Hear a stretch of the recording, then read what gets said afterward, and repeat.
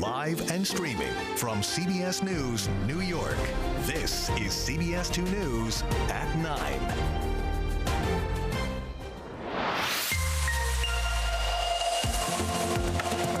Now to the aftermath of storms that moved through the area on Sunday. We're looking at about 3,000 customers who are still without power. Down power lines and crumbled roadways you see there are making for dangerous conditions. Mayor Eric Adams is set to make a big announcement naming the city's next police commissioner. Currently holding the position is acting commissioner Edward Caban. He took over the role after Sewell's departure at the end of June, who was on the job for just 18 months. Air quality right now is moderate. Ooh, that's a bump up from the last hour. As we look ahead, middle part of the day, we're looking at unhealthy air quality. It was a disaster today. With the wild weather came disruptions at the airports. We were delayed, and then we were delayed more, and then we were canceled. According to FlightAware, all 3 New York City airports have been dealing with hundreds of cancellations and even more so flight delays. It got canceled. We don't know why, and they're not going to fly us out till 2 days from now. Good morning on this Monday, July 17th, and welcome to CBS 2 News at 9 a.m. I'm Cindy Hsu. Here's what we're following this morning. Right now, New Jersey Governor Phil Murphy is in Warren County touring damage from this weekend's intense storms. We're there with a look at the conditions and how the state is providing relief to those affected. Plus, in about an hour from now, New York City will have a new police commissioner. More on the impending announcement and the man expected to hold the job, Edward Caban. But first, we have some heartbreaking news to share with you this morning. We learned last night that our beloved colleague and friend Elise Finch passed away. We worked alongside each other for 16 years, had so much fun here on CBS 2 News at 9 a.m. And this morning our thoughts are with her family, and we'll be sharing some of our memories of Elise throughout the day. John, I know it's difficult for all of us here at CBS 2 and especially the weather team. So Elise and Lonnie and I started within 6 months of each other, 2007. And the one thing about our weather team is we all get along. Yeah. And in this business, that is a rare commodity. And it was just such a pleasure to have her as part of a pillar in the team. And so, yes, I mean, you think about logistics and all of that on that side. But then, you know, I just think about Grace and Greg. I think about who was left behind. And the other thing people need to know about Elise is she loved her parents, and I loved that about Elise. Today, believe it or not, don't make this stuff up, is National Hug Your Kid Day. So hug your kid today. We alluded to the air quality. Air quality is going to suffer. So for the little kids, want to make sure you're mindful of that. Right now, 78 is the air temperature, but the air quality index is at 62. So it's been hovering around 62. The concern is later today, we are going to see unhealthy air. Now, it's a combination of the Canadian smoke, but also elevated ozone because it's so hot and so steamy. So you want to make sure that you are pacing yourself. We can take a look at the near surface smoke. This again is a computer model of what we're anticipating. So by this afternoon, it takes over. Good part of New Jersey. It's even worse for upstate New York before we see some relief coming in on Tuesday. Right, John, we saw another stormy Sunday yesterday. How much rain did we get? So I got to tell you, if you look at, in addition, I forgot about this, in addition to the air quality, the UV is high and pollen is high. So you think of rain to help knock down the pollen. Not so much. This map is somewhat confusing, but all these colors correspond, and this bright color here corresponds with over 7, and out here in Warren County, over 6. But Long Island, this is not the kind of race you want to win. We did see some reports of over 8 inches of rain. That also is going to impact some of the bacteria levels at area beaches. So make sure that you're not only mindful of the rip current risk, but also the health issues that rain falls, like, look at Islip even had over 4.5 inches. There was variety around the city. JFK just about 1/2 inch, but Central Park 1.32. So too much of a good thing. A little bit of a break from the rain today, but what about tomorrow? So today it's just the hazy, hot and humid with the suffering air quality. But as you expand the view, you get an idea of this potential rainmaker. And the concern is going to be, as we click away the dry hours of your Monday, we see the possibility of a shower, and then by midday, maybe even a thunderstorm. So not a repeat of yesterday at all, but the ground is so saturated that we could see a little bit of flash flooding. I mean, it wouldn't take much to flip the tide, so to speak, and it's going to be right here in the city and just to the west and to the north. So that's what we're going to be watching on Tuesday, and then there's another break on Wednesday before we see a few more thunderstorms Thursday and Friday. But please, sunscreen, pace yourself, lots of water. It's going to be a hot one today. Cindy? John, thank you. Now to a state of emergency in parts of New Jersey. It's the result of severe storms that moved through on Sunday. Governor Murphy is set to tour that damage today. CBS 2's Elijah Westbrook has the story from Belvedere in the hard-hit Warren County. Good morning. Well, we know any minute now Governor Phil Murphy is expected to arrive here in Warren County to survey the damage following yesterday's severe weather. This, as we are learning that there are thousands of customers still without power at this hour. In the meantime, go ahead and take a look. You're looking at video right now of Route 46 in Columbia, where one of many landslides closed roads here in Warren County. Down power lines and crumbled roadways you see in this video are making for dangerous conditions. Utility company JCP&L says hundreds of workers have been deployed throughout the state, especially in North Jersey. Many will be working 16-hour days to restore power, but in Warren County it may take several days for some residents to be reached because of the severe damage to roadways. It's been a Herculean effort, but it's been unprecedented conditions that they found. If you have the road washed out, you've got to have the county come in, rebuild the road. Everything there has to be done and inspected and certified. We can come in at that point. And we do want to go ahead and mention that supermarkets like Acme are working with utility companies to give out free ice and water ahead of a hot week, possibly without any air conditioning. That's the very latest here in Belvedere, New Jersey. I'm Elijah Westbrook, CBS 2 News. Stay with CBS 2 on air and online at cbsnewyork.com. There you'll find updates as the cleanup from the storms continue, as well as the latest forecast. Happening in just about an hour, Mayor Eric Adams set to make a big announcement naming the city's next police commissioner. It follows the departure of former Commissioner Keishant Sewell, who announced her resignation last month.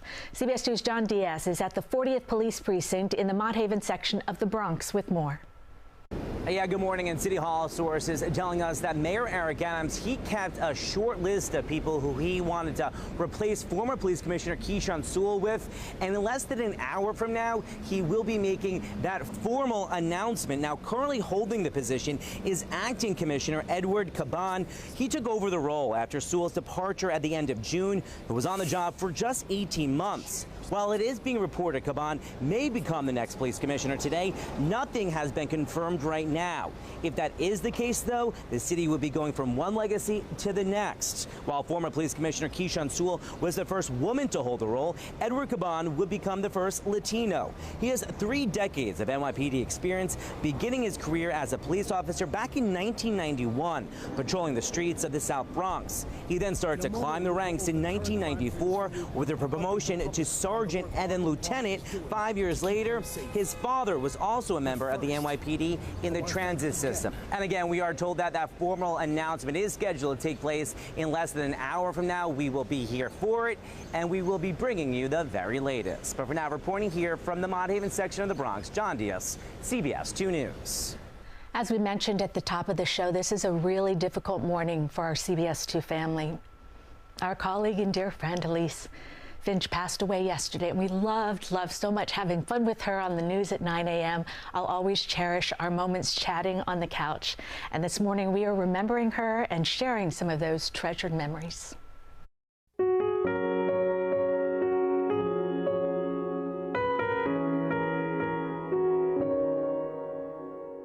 Elise Finch was our bright light in the morning. We begin with Elise Finch and your first alert forecast. How hot is it going to get today? We are expecting temperatures to soar into the 90s today, so it is going to be a hot one. We had the great pleasure of working with Elise for 16 years. Good evening. I'm Elise Finch in the CBS 2 Weather Center. We are on storm watch. So let's get started. Want to show you what we've got going on as you step out the door right now. Elise was on the air with us just this past Friday. Her death is sudden and unexpected, leaving us all trying to understand how this could happen to our beautiful Elise, who was just 51 years old. Her dedication to the job was truly evident every day. Every major weather event Elise reported on, many in the elements. So we have cars floating, even some emergency vehicles have gotten stranded in this water. I mean, this is a dangerous situation. The multiple award winner was also so proud to say she was born in Mount Vernon and graduated from Mount Vernon High School. Now, one of the highlights of this Jack and Jill event is a black tie gala on the last night of the conference.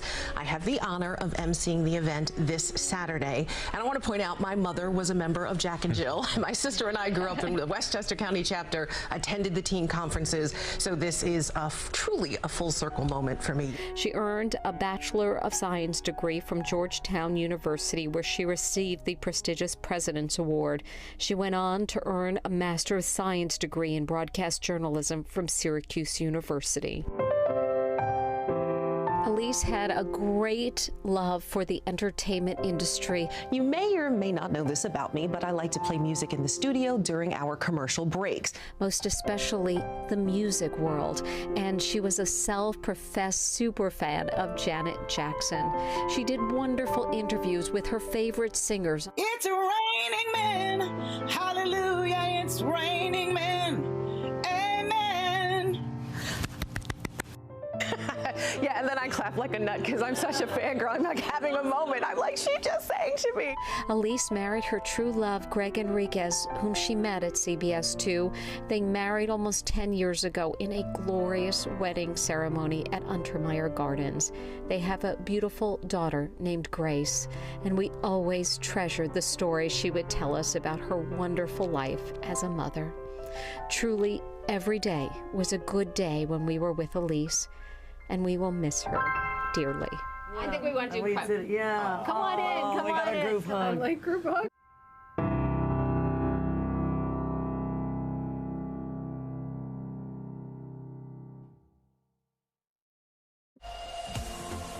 Welcome back to CBS 2 News at 9 a.m. Wildfires in Canada will again impact air quality across New York State today. Video from last month shows the smoky air, but much lighter conditions are expected today. Here in the city, Long Island, and the lower Hudson Valley, air quality will be considered unhealthy for sensitive groups. But it will be worse for upstate communities. They're expected to reach levels considered unhealthy for all today. The forecast for Tuesday shows the smoke slowly clearing out. Extreme weather is hitting the country from coast to coast. Severe heat is gripping parts of the south, while torrential rain is risking lives here in the northeast. CBS 2's Jared Hill has more. It's the hottest selfie on planet Earth. It's overwhelmingly hot. A sizzling 127 degrees in the appropriately named town of Furnace Creek in California's Death Valley. About a third of the country is under some type of heat advisory, watch, or warning. Families in Phoenix, Arizona hit the water park to cool off Sunday. The city hitting its 17th consecutive day of temperatures above 110 degrees. It is really a hard time of year to live in Arizona.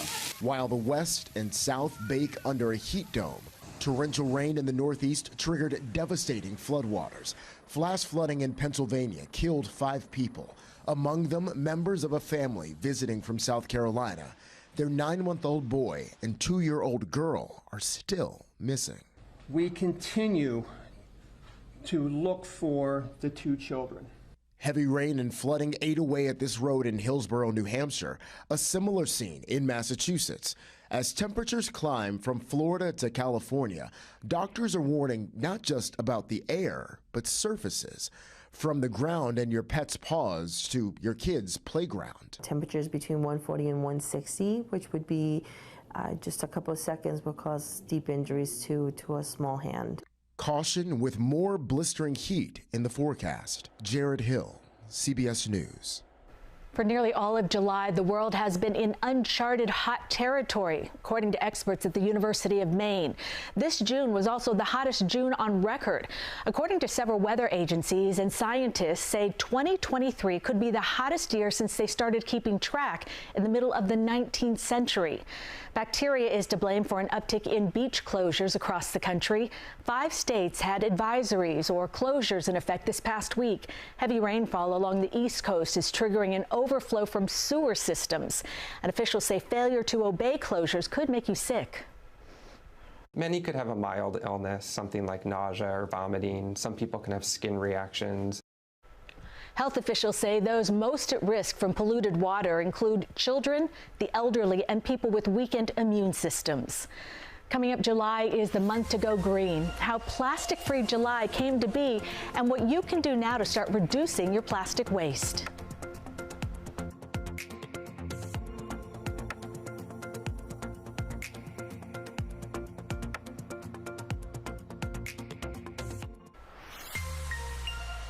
Thousands of competitors from all over the world will fly to Japan next month for the Pokemon World Championships. That includes 2 local kids who are making a name for themselves in the popular e-sport. I'll talk to them about it, streaming at 9:48 on CBS News New York. Plastic pollution is causing problems everywhere, from cities and towns to the world's oceans. But changing our habits as consumers can make a difference. CBS 2's Christian Benavides shows us how to be part of the solution. At Verde Market in South Florida, it's BYOC, bring your own container. The idea is that you can refill and reuse as many times as possible. Pamela Barrera is co-owner of this plastic-free refillery, started with her business partner after realizing just how much plastic they were wasting. We were saying to ourselves, what are we going to do with all this? Are we going to throw it away? Why don't we just reuse them, refill them? According to the 2023 Plastic Waste Makers Index, there is more single-use plastic waste than ever before, with an additional 6 million metric tons generated in 2021 compared to 2019. We all want to live in a clean environment. Rebecca Prince Ruiz is the founder of Plastic Free July. It began in 2011 with just 40 people going plastic-free for a month. It's now a worldwide initiative. Last year, 140 million people from 190 countries around the world took part, and together we avoided 2.6 billion kilos of waste. The plastic problem can seem overwhelming, but there are small steps we can all take to reduce our use each day. That can include skipping the straw or bringing your own shopping bags, cups, or water bottles. It's not a few people being perfect. It's lots of people making small changes. Those small changes can transform habits, one at a time, this July and after. Christian Benavides, CBS News, Fort Lauderdale. The outside of the Brooklyn Public Library is now covered with lyrics from hip-hop artist Sean Jay-Z Carter. The all-encompassing exhibit is also inside, showcasing Jay-Z's rise to international fame from a public housing project in Brooklyn. The exhibit was a surprise to Jay-Z, who got a sneak peek before it officially opened to the public. I think it's wonderful that they're giving him his flowers while he's still alive. He's an inspiration to all of us. And the exhibit is free to all. We'll be right back. gotta be bad, you gotta be bold, you gotta be wiser. You gotta be hard, you gotta be tough, you gotta be stronger.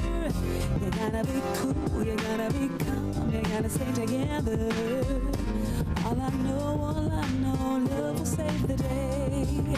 Welcome back to CBS 2 News at 9 a.m. This morning we're remembering our beloved colleague and friend Elise Finch with some of her favorite songs, and this is You Gotta Be by Desiree. On Mondays we have a motivational quote of the week, and this one is dedicated to Elise. And the quote is, "The loss of a loved one doesn't mean they are gone. Their spirit still lives within us."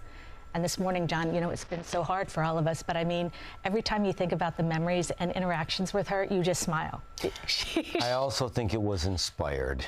to incorporate the music. Yes, the because she's music all about the helped music. so much this morning because, you know, as you and Mary navigate from the desk over there, I'm usually like over there, and I'm dancing because of the music. Yes. And this profound sadness, you're still moved by the music because you know how much the music meant to her and how much Janet Jackson could just totally change her day. She loved Janet Jackson. Should I get tickets? Should I not get tickets? I'm going to get a hotel room. No, I'm not going to get a hotel room.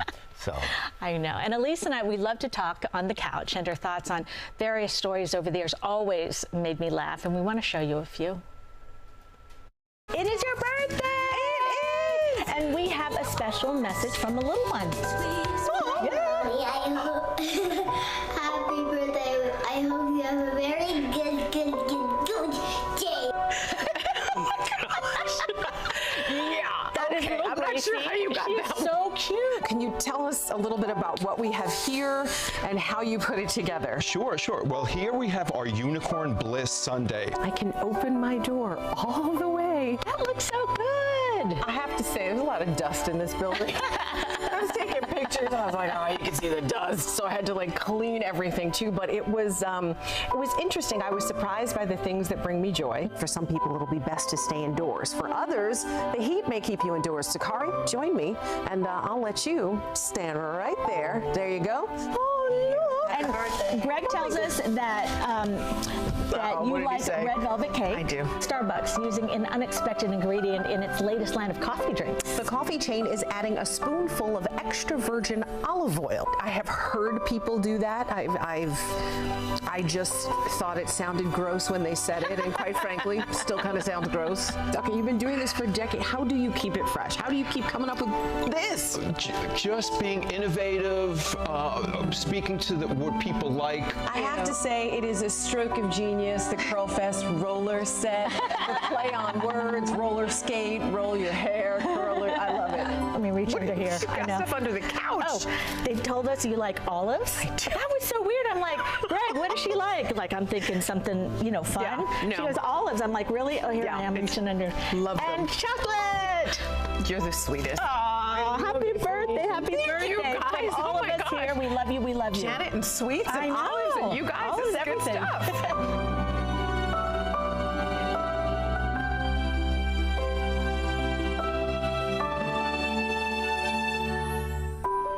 And Elise's birthday was just in February. I'm so glad she loved birthdays. She liked olives, but not in her coffee. What I love about her, she was you never knew what she was going to say, and that's the thing. She's so authentic, and honestly, I would sit here and go, I don't know what Elise is going to say. Watch out. Yeah, but you know what? She also had her guiding lights, and it was so much of it was family. Yep. Talking to her sister yesterday and cousins yesterday, they are a group which, God bless them, they have each other now, because now they need each other more than ever. I know. How about you? We're a CBS 2 family, and all I have to say is just be kind. Love you. Love you too, sweetheart.